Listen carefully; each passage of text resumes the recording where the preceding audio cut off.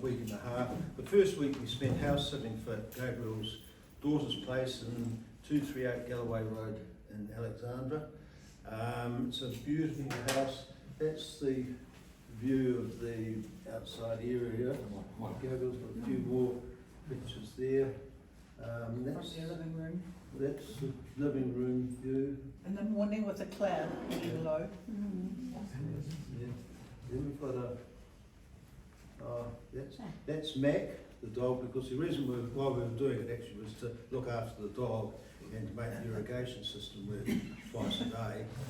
Because as you can see, where the green ends, the brown starts, so you can see what bit's being irrigated and what isn't. He's got a toy ducky in his mouth, and he sits there and waits for the rabbits. And he likes to walk around, we'll show you the pond I think in a minute, but he likes to walk around the pond and chase the rabbits, and he does catch them and bring them back, but we were lucky it didn't happen while we were there. There he is. Oh, he was a bit wet that time. He went for, there's a dam just down the road, and I've forgotten which river it is. It's one of the Otago rivers, and we had a swim in the dam. It was a particularly hot day. But we spent the time gardening, tree topping, watering system on new grass, tending to the water pump, depipped and froze 9 A4 plastic bags of plums from the orchard, swam in the local dam, and also drove to Roxburgh to meet Marlene Jenner, but she was too busy with visitors, so I spoke to her on the phone, and ate lots of ripe apricots. And that's an apple orchard down the front. Yeah, down the front. That's also irrigated off the lake that's in front of the house. The irrigation system is quite unique. The water starts up the hill and keeps on coming down, and each person that has access to it, we just lift the plank up that's stopping the water coming in, and it will then go and flow into your water holding area, which obviously in this case is a reasonably good lake. It's all allocated. It's a very gentlemanly Otago system that relies on everyone to do the honest thing at the right time and not to steal the water, because if someone up top opens it, nothing goes down to the rest of it. And you've got an allocated time, and you can open it at 6 o'clock at night, and you've got to close it again at 7 o'clock the next morning, that sort of thing. But they irrigate the apple orchard. Many apple orchards, irrigation systems going. The level in the lake just drops about that much. We did go to the recycling. A fair bit of water out of it. But we did have 2 apples of them. They were beautiful, weren't they? Yeah, just recycling. Is it pumped up from the river? No, it starts. Comes from a little river. Comes from the river, but comes up high on the river, and they've actually done the irrigation channels, go quite a long way, serving lots of properties along that part of Galloway. Quite fascinating. So they do a separate household water supply as well, which once again comes from it's a spring way up the hill, got a tank up there, and it's then fed down to the houses. Yeah. So you think actually, from that point of view, you were sitting at home, it's no different to have any of you done the cycle trail? The cycle trail is just along here, this road here. Yeah. Go from Clyde. Yeah, is that back that way? The Cromwell's across there. Yeah. Clyde and Cromwell. That's over that way.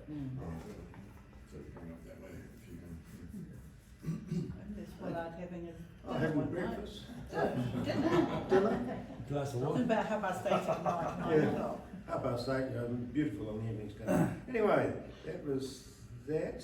After 7 days, we transferred to Arrowtown to start our volunteer work, driving through Clyde and Cromwell. Morning stop for a cup of coffee in Cromwell. We had in Clyde.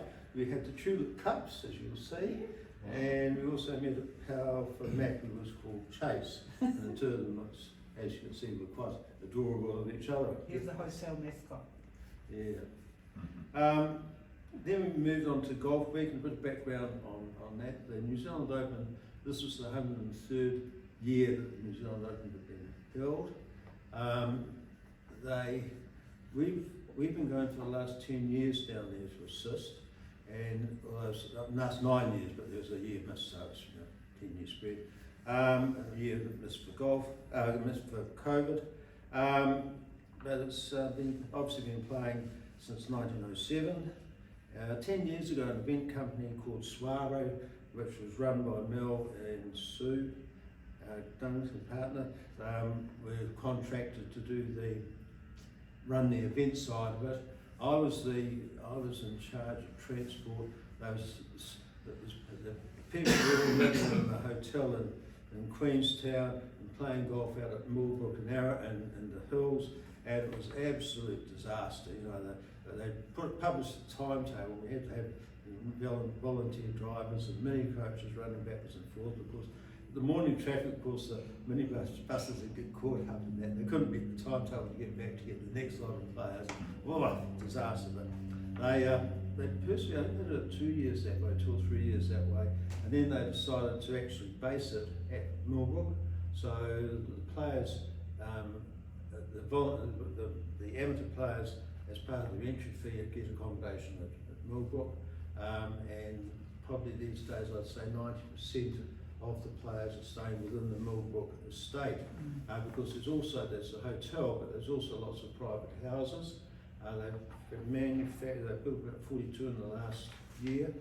There's probably 200 or 300 there, and a lot of those are available for rent, which does make it, it's a great place. Anyway, going back to the history of it, a few years later with the clubhouse, which was Mel and Gimlet and Michael Goldstein and partner, they took over as the event organisers, and then it was decided that that would be the tournament itself would run the event side of it. So the clubhouse was dismissed, and at that stage Mel was contracted by the tournament board to actually do the organisation and set up and running of the whole event at Millbrook, which we'll go on to in a minute. But the tournament event director, of course, is John Hart, as you probably know. Norm Thompson, ex-Air New Zealand. Brian Howe is the Millbrook representative on it. Michael Gladding is in golf, well up the top tree there. Greg Turner, Jeff Latch, who's CEO of Golf New Zealand, and Mel Gimlet. Mel's quite interesting. She's the first lady, obviously, that's ever been on that tournament board. Surprise, surprise. The Millbrook has now got two 18-hole courses. There was something like 156. The way the event is organised, on Thursday and Friday, amateurs are matched with pros, and they do 2 rounds, and that's how. And then there's a cut, and the ones that miss the cut played at the hills, headed down to the hills on the Saturday, and the ones that make the cut go forward to play on the Saturday and Sunday. So that's first round on Thursday, second Friday, third and fourth. There were 156 amateurs and 156 pros, because they're mated to each other, and that's what the amateurs are doing. The amateurs pay, as I said, $18,000 privilege to play there. Obviously paying most of it, apart from a bed and everything else, and the cost is $18,000. And the interesting thing is there's a waiting list to go to play each year. So golf is an interesting game. That also means you've got 312 caddies down there as well, and they're close to somewhat to double up, but something like 300 caddies, so you've got about 600 people actually involved in the game, which makes it quite an organisational situation. And the tee-off times, I don't know if anyone looked at their apps on it, but the tee-off times, it takes about 6 hours between the first player and the last player teeing off on the thing.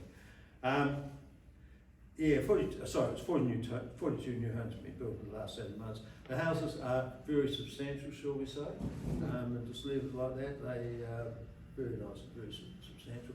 A number of them are situated where they've got a nice view of the course for a particular hole, what have you, so it's great.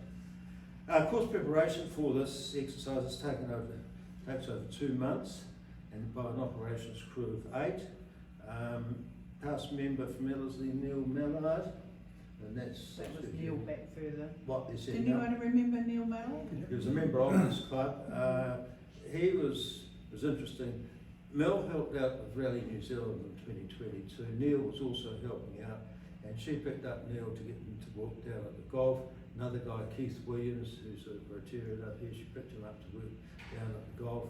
It's interesting how people get within doing events get tied up into these things. And that's Mel there in her unglamorous, she's tidying up all the painting of the signs that some of them they used from last year. So she gets round everywhere. Neil lives in Hamilton, he's a Rotarian. He's got a motorhome, takes the motorhome down, puts it in the campground at Arrowtown and has a couple of months work down there.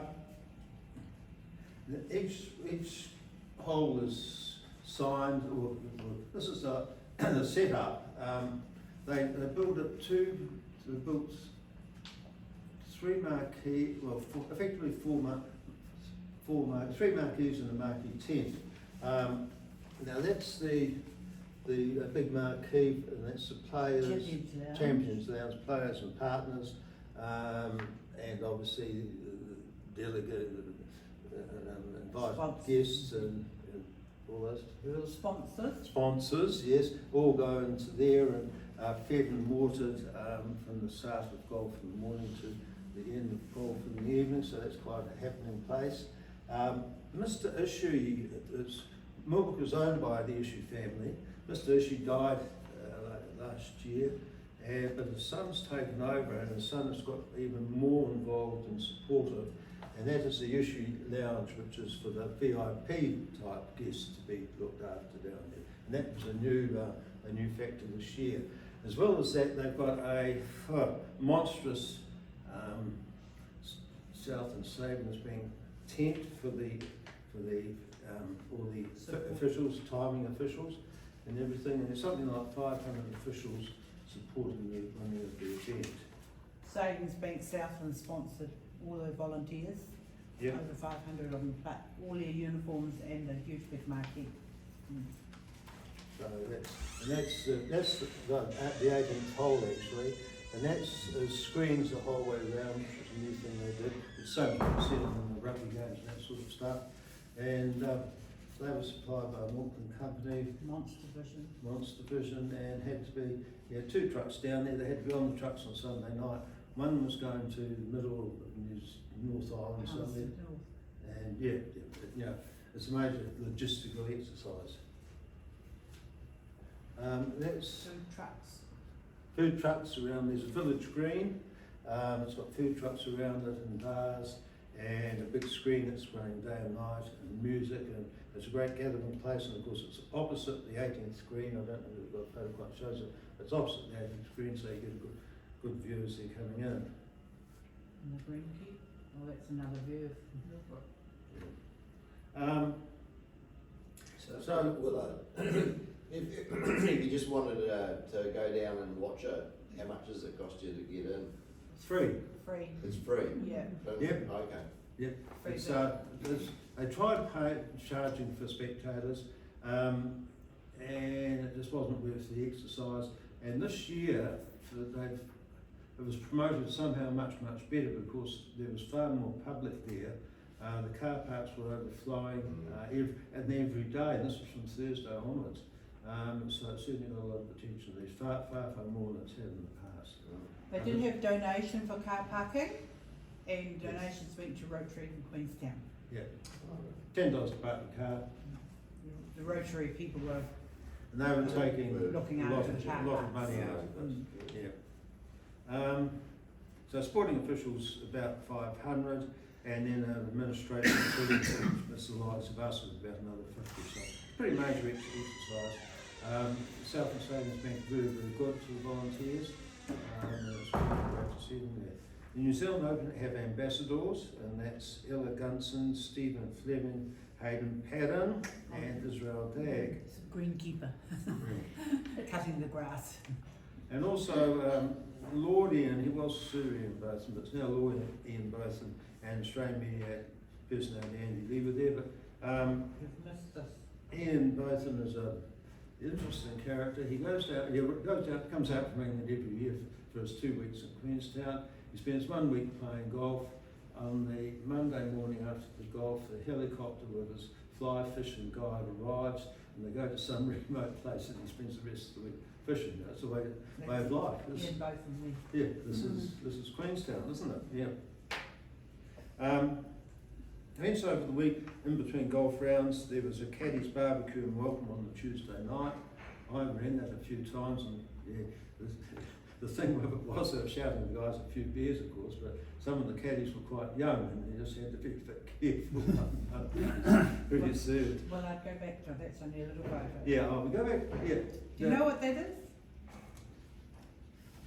Okay, if you go back, you need a lot of water, everyone needs water down there, so they were supplying about a container load of water bottles to people a year, a 40-foot container, it was mammoth. And Mel's been trying for some time to get away from that, get back to permanent, one that you keep. And the then environmental change. Environment, need to get rid of the plastic waste, and this year they've achieved it. They had these things, but that's only a small one, that's the wrong colour. But They're about the size of that table. yeah, about a bit smaller. You had on top the drinking fountains, and then in the slots around it where you could put your bottle and fill your bottle up. And most of those were permanently plumbed. A couple of them that had to be topped up by water, but most of them permanently plumbed. And Millbrook are keeping it as a permanent thing, just for the environmental thing and saving on plastic. So they are very conscious of it. The volunteers welcome and barbecues on Wednesday night in the Champions Lounge. That's very pleasant evening. Quite a lot of people queued up, and a bit of a speech and whatever, which is normal.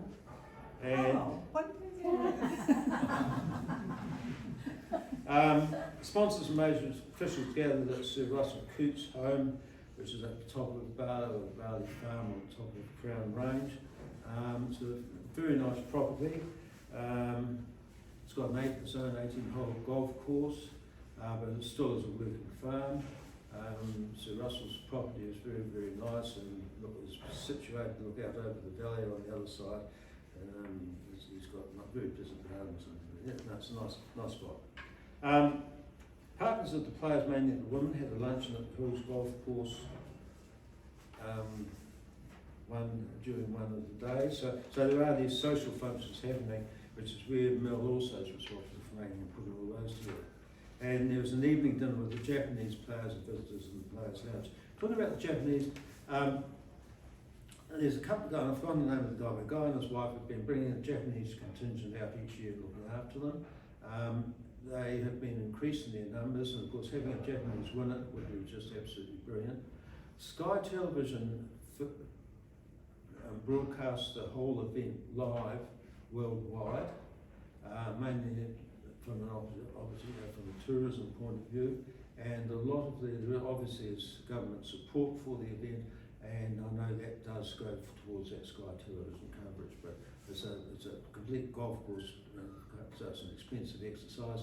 They're setting up probably 2-3 weeks beforehand as well, and it's a major exercise. The new thing this year is Guardians of the Tournament. The Guardians are a businessman who've been supporting the event at say at $10,000 or $20,000 donation, contribution for their businesses each year, and they've got 40 of them. 40 now. 40 this year. who've agreed to support the event as Guardians by paying $50,000 a year for the next 5 years. So that gives you some idea of the level of the people that we're playing down with. And it was part of how the whole thing has been lifted this year. When you've got money, there's lots. We know about it, making and organising events for it, don't we? Plenty of money, nice and easy. Yeah. Jeff Wilson was the MC, and his wife Adele. She's starting to play golf, and they say she's going to be better than him. With all the netball. On Friday afternoon, we had a visit from the Prime Minister, who spent his first half hour having been interviewed by the media. But then we had the Baileys Real Estate have a house down there, which is quite substantial. And he went to dinner at the Baileys house on Friday night. And his word was that after, it was the longest he stayed at a function like that, after 2.5 hours, the secretary and the security wanted to go home, but he was in no hurry to leave at all, which was great. Then we had the Saturday night players and workers dinner in the Champs Lounge, which was which is a nice night. Jeff Wilson was the MC, and the Minister of Economic Development, Minister Lee, was there and made a speech, and part of that speech she said that the government will continue to sponsor the event for next year, which is great news for everyone. And catering was done by Flying Trestles and Millbrook staff. Flying Trestles originally started looking after all the filming and events down in Otago, but they've now even got as far as looking after Hampton Downs, which is probably because of anyway, it's a widespread thing. It's difficult to get quotes out of it, but that's another story. Our part in the event was to support the gifting program. So these amateur players, as well as paying their $18,000, and additionally they get a gift each day over 3 days. The gifts were, first day was a whole lot of Manuka honey and an Adidas jumper. Yep. And the second day was a belt and a belt and a golf cover head and a rain jacket. Yeah. The third day was a golf cover, yeah. And another jumper. And what happens is, obviously they are delivered direct to the house where the person is staying at. So that's where we get to go to Russell Cook's place delivering these. Someone wasn't home, expect to be there. So we're out with the car, and we do the deliveries. It goes from Queenstown this year through to Arrowtown, through to up the top of the Crown Range, round Lake Hayes. We also go up to Jack's Point, Arthur's Point, and around Lake Hayes, all the properties near. So there are some beautiful properties down there. That's where, that's us just seeing it at the door. Yeah.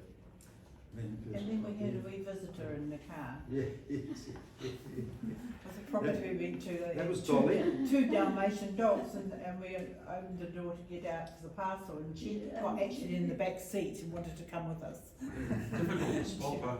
She was only a pup. She was a pup. She was just. The mate was there, two of them. Yeah. That's good. So we had some fun. Very good. That's the final hole when he was putting his last hole to win. We had a red Hyundai Tuscan, which is a plug-in hybrid. I must admit that we couldn't plug it in, but probably is what destroyed the fuel economy, but we're getting about 7.2 litres a 100. I'll probably just about can do that in my car, so without having a plug or anything else. Anyway, let's not talk about that. Hyundai supplied as part of their support for 50 vehicles, and that's been done for a number of years now. It is quite a logistical exercise. There's buses running, minibuses, which are out of this 50 Hyundai supply. There's buses running there's a tour in and out of Queenstown to get people in and out from there, through Arrowtown and also to the hills to get there. So there's a regular bus timetable to shift the players around. Also to get them to the start of the second course, which is quite away from where the hotel is. There's one dedicated getting players backwards and forwards from here. So it's a major exercise which is run quite busily for the 4 days. Social media, hashtag NZ Open got millions of hits, far more than they had previously. And the winner out of the purse of 3 million, the winner's purse was 314 or 41, it was over $300,000, which was the winner's purse, which is all part of it. Craig Investments came in as a major sponsor this year, as one of the new ones, so but it is a certainly. And the TAB? And TAB? Yep, TAB came in, yes, that's right. So that photo there's 3 of the tournament eventers. My daughter Mel. MG3. She's Mel Gimlet. MG3. Michael Glading, he's MG1. And Michael Goldstein, which is Mel's partner, he's MG2. So they've all got the same initials, so they get called MG1, 2 or 3. But Mel is the brains behind. I'm really, really proud of her, the way that she handles all the men out in the field and all the operations guys. And she had people from High Help packing out yesterday and freezing cold and it was nearly snowing there, and she was down with them all. Sort of thing, she's quite, has good initiatives and good ideas. On the Saturday night, when we had that, it was officials and that dinner, we were addressed by John Hart, but John Hart wasn't actually in the lounge, with the big screen there. He wasn't actually there at all. He was on the 18th green, which also had a big screen behind him, with Mel alongside him, and out there, and they were just broadcasting it straight into where the people were. So you could actually go to the front of the lounge and look at where they were talking, or stay inside and watch it on the screen. But it worked exceptionally well. John was very, very reticent to feel it would be a waste of time, and worked, but it certainly did. Another year she had, and after with the winner, when the winner was finished his last hole, she had all the greenkeepers, and there's what, 50 green From the hills, At they the all hill. came down the. and they walked down, and that was just wall-to-wall people walking down, and that worked over very Was well. their tractors? And the greenkeepers, of course, do a great job. They start preparing the course probably about, once again, 2 months out, and it certainly gets a lot of hard work during the event. That's the winner, and he's very pleasant, innocent, What's he, young. 32 or something? Just got married, his wife's very meek and very quiet, and he was so excited. They took him into the greenkeeper's shed with his cup, and they said, "You fill it up with beer." Ooh, right, drink out of it. Yes, you have to drink out of the beer. So he was really, really excited and very proud to have won the cup. So it will give a lot more tourism and people involved coming next year to Millbrook, the Japanese winner. Do professionals pay, or do they to play, or do No, they have to pay their own way, the professionals. Oh, They I get mean, their own accommodation and everything.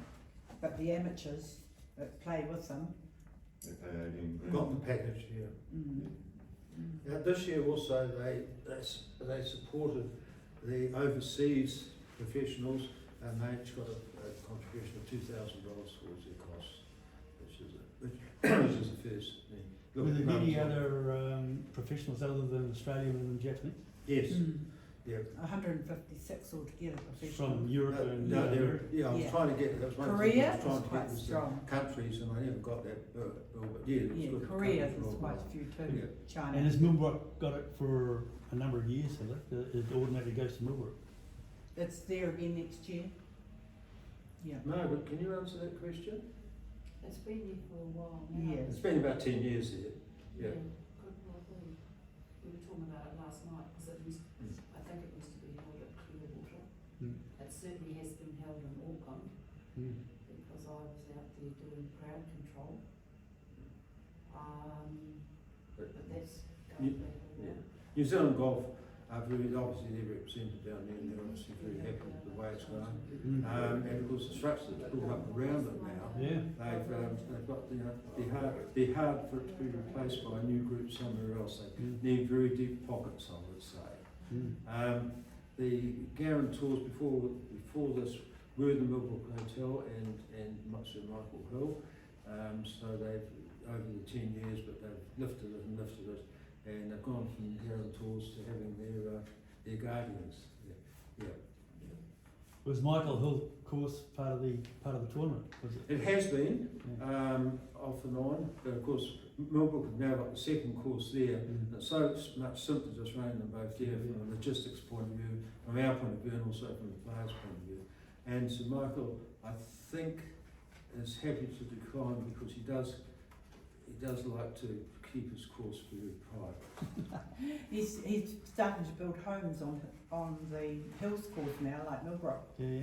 And he's very eccentric. Yeah. But they did use the course on the Saturday for the guys that missed the cut and wanted to play, and they all played at Hills. It was difficult at the Hills. Everything was pretty silver plated, and they didn't like the staff didn't like to be disturbed by this horde of puppet people coming into the place. Yeah, I won't go there. Some And interesting once a stories. year, Mel gets partly paid for to go to golf St Andrews or one of the big golf tournaments overseas in Scotland or England to get new ideas of how to do it. What else we got? No. Questions? Yeah, well? Must be a huge logistical nightmare, to be honest, mustn't it? Oh, it is, because it's, you know, our town's in the middle of nowhere, but not, you know, incredible, but it is in the middle of nowhere. And for the whole lot to be the you know, to setting, as we said, 2 months to get the signs and setting up the course in place. Just another part of that, after the first 2 rounds, the signage, the advertising signage at the holes and the number of holes was changed to a new sponsor. That's how the sponsors got their mileage. So that was an overnighter sort of thing to get by the operations of people to actually get the new sponsorship signage in place. Last year, an Australian said he'd do all the signage for them. And it became obvious when they first started that he was an Australian and wasn't used to the shell and rock of Millbrook, and was used to the sand of Australia. And trying to get these signages, you have to, obviously if you don't get the pole straight, it looks like bloody shit. And there was no way it was going to work, so they just pulled the plug on them. They were all redone. This took 3 or 4 days and ran right behind Steve. They were all redone and then put them properly. With wooden framing. Yeah. So how much of a television coverage overseas is there? Oh, huge. Huge, John, is the answer. I don't have the stats, because that's the television coverage is what attracts the New Zealand tourism to support the thing. It was on Sky all day. Yeah. Plus, you know, you're talking about another course would have to have pretty deep pockets. The other thing too is the support of both Queenstown and Arrowtown businesses. Yeah, Both accommodation they and do others, very yeah, well. would be phenomenal. Yeah. Yeah, they do, yeah. So is it a very tight budget, or is it like it's full No, on? they have a budget. Mel now tries to use local businesses for marquees and things. I used to use Christchurch, but now it's grown so much. She knows all the people down there and the businesses and the marquees and the printers and all that are done locally. So the financing's not an issue. They just do it right. Yeah. Cool. Yeah, the budget, I don't, obviously I don't know, but they obviously do run a budget and do run it pretty tight, because as I said, it did require in those early years a couple of guarantors behind it. But it works. And with the Guardians there now, there certainly was a lot more money spent this year. As I said, the marquee for the officials, I should have said, it's not a canvas side as they got the open side. It's all nice, new and fresh and clean. They had more porticons to work out of. In the past, it's been pretty tight and that, and it's just been pretty good. But the logistics of beer, it's a 40-foot container of beer sort of thing that goes through. You've got your wine, you've got all your soft drinks, so but all the chillers are just wheeled in to do this, to cool it. That's all part of what goes in there. They've got storage in old containers, which a lot of the stuff they keep. The furniture for the lounges, that was built for the original lounge 10 years ago, but it's dismantleable. It's tables and stools and that, and they can be dismantled and put apart and stacked, and they're stacked away. The only problem is down in Otago, it's so dry, they come out of the container, they're quite very dry, the timber's very dry. And this year they actually sanded them and recoated them. Re-oiled them. Yeah. And the wine, all the vineyards get into it, do they, or Yes. is it just one sponsor? Or? There's another new vineyard called, what was it called? Airburn, just by Amsfield there. Amsfield is the major Amsfield. supplier, which is just down the road, of course. But Amsfield, there are other ones here. And 2 new breweries in Queenstown, young modern Right. guys and breweries. They got right into it and supplied all the cans of low alcohol beer and stuff.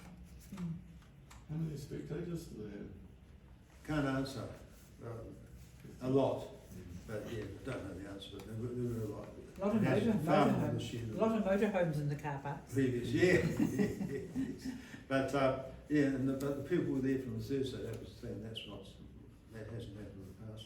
One of my friends was down there playing, and he teed off at 7 o'clock on Thursday morning. At 7 o'clock on Thursday morning that particular year, it was blowing a gale and raining. The rain was bloody horizontal, and that's how he played for the first hour. So that after about 2 hours, it fined up, so everyone, all the ones at the tail end of the field were right, and he missed the cut by one. Yes. And I'm sure if he'd had a good clean start, it would have been different. Here we go. Yep. Okay. Is that everyone happy? Yep. Thank you for the opportunity.